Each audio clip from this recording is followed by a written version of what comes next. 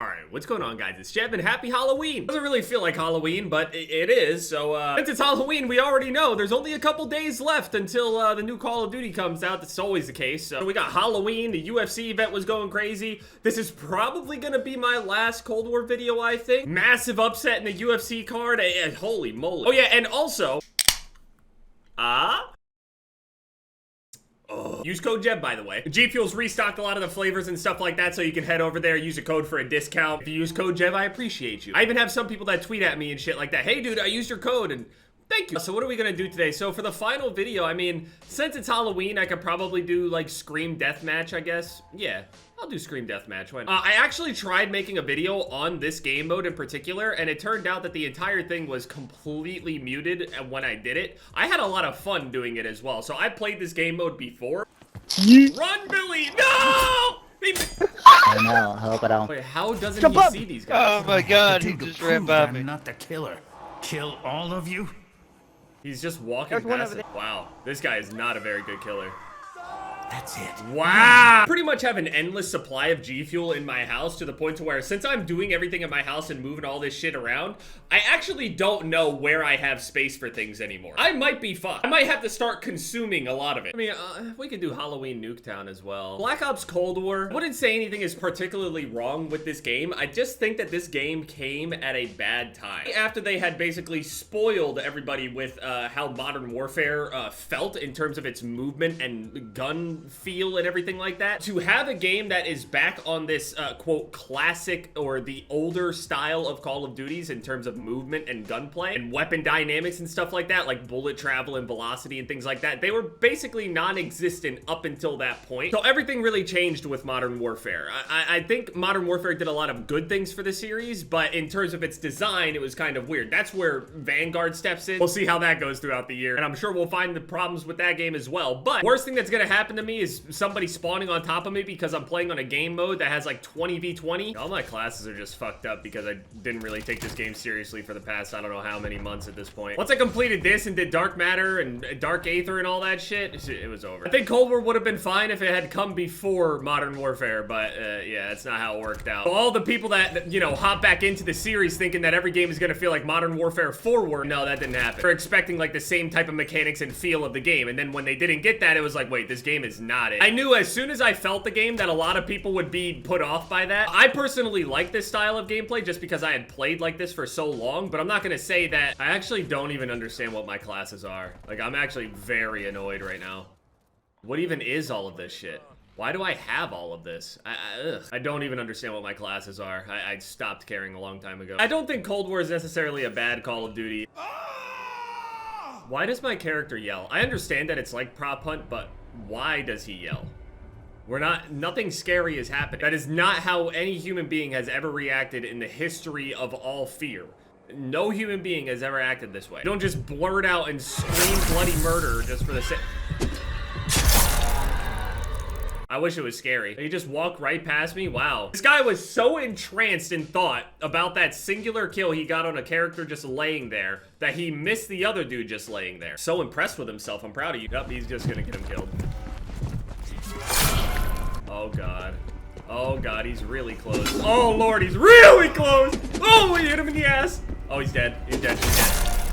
Now, if he fights him one at a time. Gotta fight one at a time. Missed. Oh, got one! So now he's gotta hit the other guy. Oh, he's doing it to him. Oh, he's disrespecting him. He has to get one free hit on him one time. Separate. Dead. Did the Tomahawk just bounce off her ass? I mean, looking at the stats through the year, progression-wise, I absolutely could have played the games a lot more. Shit, that season I got the highest in was Season 4, which was literally mostly zombies, I believe. Got about like 550 levels off of zombies alone. In a sense, I started making it like a goal for myself to try to, like, you know, get all of the prestiges every single season and all this stuff, but, you know, as the year went on with Cold War, it just kind of, you know. Again, it's not a bad game. It's just a, you know, there are people out there that have level 1000 within every single season. Like, that would be the dream, right? Just 1K, 1K, 1K, 1K, 1K, 1K. But the reality of it is, you don't really get any reward other than being able to show the 1000s across the board. There's no calling card. There's nothing that the game gives you special or whatever for hitting level 1000. Like, there's just nothing. And even if there are like some dark ops mission or some shit like that, I mean, just not paid attention enough to really make it worth it. Obviously, if the game is good enough, you could just hit 1000 every single thing, but to sit there and specifically concentrate on just leveling up to 1000 every single season for the sake of no reward, it's not worth it. The game, there's other shit you can do. I mean, fuck. It was cool. I mean, they got the prestige shop and stuff like that. It got all these different calling cards, which are really cool. A lot of them are nice, cool throwbacks and shit. BO2, Modern Warfare 2, all sorts of shit in here. So, got the custom prestige icons, which were always cool. You can buy some blueprints with these keys. I guess I'll buy them, sure. You reach Prestige Master, you'll earn a ribbon that persists across each season. Each time you reach Prestige Master, a star is added to the ribbon. Your 6th Prestige Master adds the wreath to your ribbon. You're giving me fucking stars and ribbons as my reward that no one even sees outwardly within the lobby. You'd have to go over to the profile and then look under there and go, oh shit, that guy's 5-star with a wreath, look out. No one has ever said that. UFC card last night was wild. Amanda Hebos got her fight. She looked pretty good coming back. I thought she would have a harder time with Verna, to be honest. Because her last fight, she got laid out. It was, yeah, I was hoping that she would be okay. But I actually really like Amanda Hebos. Magomed Ankalaev beat up Volkan Oezdemir. He outstruck him, out-grappled him. He just completely dominated him. I mean, there was a lot of really good shit on this card. Like, even the fights I'm not even mentioning on the prelims or early parts of the prelims even, there were good fights and interesting stories in there. Like, one of the fights, one of the refs literally got fired on this card. He got removed because he did such a bad job refereeing the fight. That's a real thing. And I'm glad they did that shit, because that dude literally catch a fucking lawsuit for that shit. Khamzat Chimaev literally got into this fight with the leech, absorbed one punch. I don't think it was even a big shot either. Met up in the middle, bounced a couple times, and then as soon as the leech loaded up to throw something, fainted, dove in, got the double leg, picked him up in a body lock, and as he's walking across the octagon, starts yelling at Dana White. I don't know what the fuck he was saying, said some shit about being able to beat up Brock Lesnar or something. Picks him up, slams him down in the corner while still talking to him and yelling at him, and then eventually just grapples him for about like another minute or so, and then just submits him. Chokes him unconscious. The Leech's grappling is legit. They went over there, got his way, completely dominated. I mean, a lot of people are saying he should just fight Usman immediately. I think a good idea. I think he should either fight somebody like Michael Chiesa, where Chiesa's stand-up it's decently educated enough to at least be looking out for things, and his grappling is very, very serious. Now, Chiesa might have some cardio issues here and there, but we haven't seen Chimaev really have to get pushed very far, so who knows what kind of, you know, who knows what his tank looks like truly. We were all worried about how he would look coming back from being sick and everything and all that shit, and I mean, he looked good, but it wasn't a very long fight. That's what you want ultimately, but if it doesn't, you know, finish very quickly, yeah, then you might have to start worrying. Volkov ended up winning over Tybura. It was Islam Makhachev ended up taking down Dan Hooker and just grappled him. I don't know, he just grappled him. Grabbed him, just seemed insanely stronger than him, and went over there and basically just did a strongman submission and doing a Kimura. Yeah, you just take their entire fucking arm off. Pop their shoulder out, whatever. Ended up getting a takedown, slowly but surely moved into a position, slowly started isolating Dan's arm, and a tear came to my eye, and it is what it is. Hooker got submitted pretty quickly.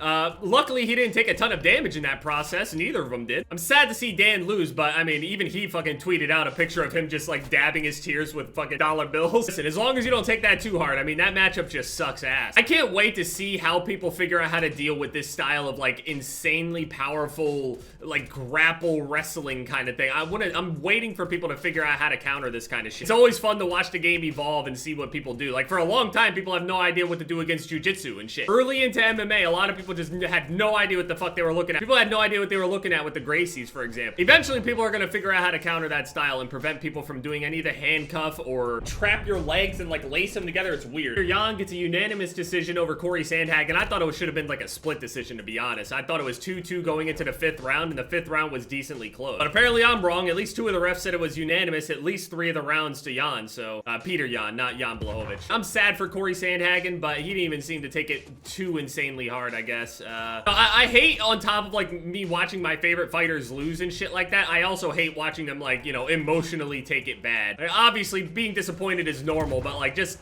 I'm feeling it. Then in the main event, it was Jan Blachowicz versus Glover Teixeira, and I mean, Glover did it. He actually upset him. Basically, the fight started, and I thought initially coming out, I was saying beforehand, I thought that Jan basically would seem younger than Glover. I felt like Glover would just seem old. He would be slow, his defense wouldn't be that good, and it would just kind of be more so embarrassing than anything. You know what I mean? I thought maybe Jan would just sit there, seem like he's faster than him, and then hit him just literally through his guard, legendary Polish power, and just knock him down, hurt him, things like that, and he'll just never really recover. But it didn't really go that way. Jan Blachowicz came out in this way where he just seemed kind of off. I don't know how to explain it, but as on as he seemed against Adesanya, he just didn't seem like the same type of fighter here. Very weird. He seemed a little slower or like apprehensive or something. And obviously he's prepared. Obviously he had a game plan. But he even said that he felt like he left the legendary Polish power in the locker room. Something like mentally he just wasn't there for it or something. I don't know. Maybe he was like somehow disarmed by how nice Glover Teixeira was or something. I don't know. Now Glover Teixeira is known for crisp boxing and being able to grapple pretty well, but it's not a lot of defensive grappling. It's mostly his offensive grappling and when he's on top. I think Adesanya even said he has a breakdown video, I think, on this card. He does a breakdown thing for like every video. I suggest going to watch his breakdowns, by the way. Obviously, as a fighter, he knows actually what the fuck he's talking about and isn't just rambling like me. Glover's top game is confirmed very ridiculous because it was weird. It seemed like when he grabbed a hold of Jan and got a takedown in the first round, he didn't do a ton of damage, but was doing it just enough to be able to keep the ref from standing it up. Every single time the ref would either warn something or whatever, boom, ends up punching him, boom, transitions, boom, advances. He was just really effective after he ended up taking him down, and he couldn't get up for the first round. So he went and said at the end of that first round, he said, "You got one." Basically saying like, "I'm not gonna let you take me down a second time." Hey, yeah, okay, good job. That guy's top control is nuts. He couldn't do anything. As soon as he got down and on top of him, it just seemed like he couldn't do anything. And for me, I imagine Jan Blachowicz is one of the strongest, physically strongest dudes I've ever seen at 205. And it was weird. As soon as Glover grabbed him, it was like this weird old man strength. The same thing happened with people like when they were clinching with Anderson Silva, for example. He controlled people in this really weird way. Like he would manhandle Rich Franklin 2 times. It was weird. He grabbed a hold of people and they just like looked like dumbfounded. Ended up getting into a grappling exchange into the second round, ends up getting taken down, but this time he ended up getting submitted. I don't know how else to explain it other than the fact that if you allowed Glover Teixeira on top of you, you're probably not getting out. So that was a big upset. What was it? Jan Blachowicz was a 3-1 favorite and ended up getting submitted, and it didn't even look that competitive. It was strange. I feel like Chimaev should probably try to fight somebody like either Michael Chiesa, Neil Magny, or hey, if you want to go crazy with it, you could just, after the Colby Usman fight, have him fight the loser of that. And then he could get like a title shot or some shit like that. He's gonna talk this big game. I mean, fuck it. Put him up there. Fuck it. But yeah, anyway, Vanguard's right around the corner. Happy Halloween to everybody. Check out GFUEL. I made a whole lot of progress on the house, cleaning it up and shit like that. So, I mean, that's pretty nice. Gives me something to do, clears my brain, peace of mind. I think the coolest thing about all this, even though I'm not gaming, I'm still inside.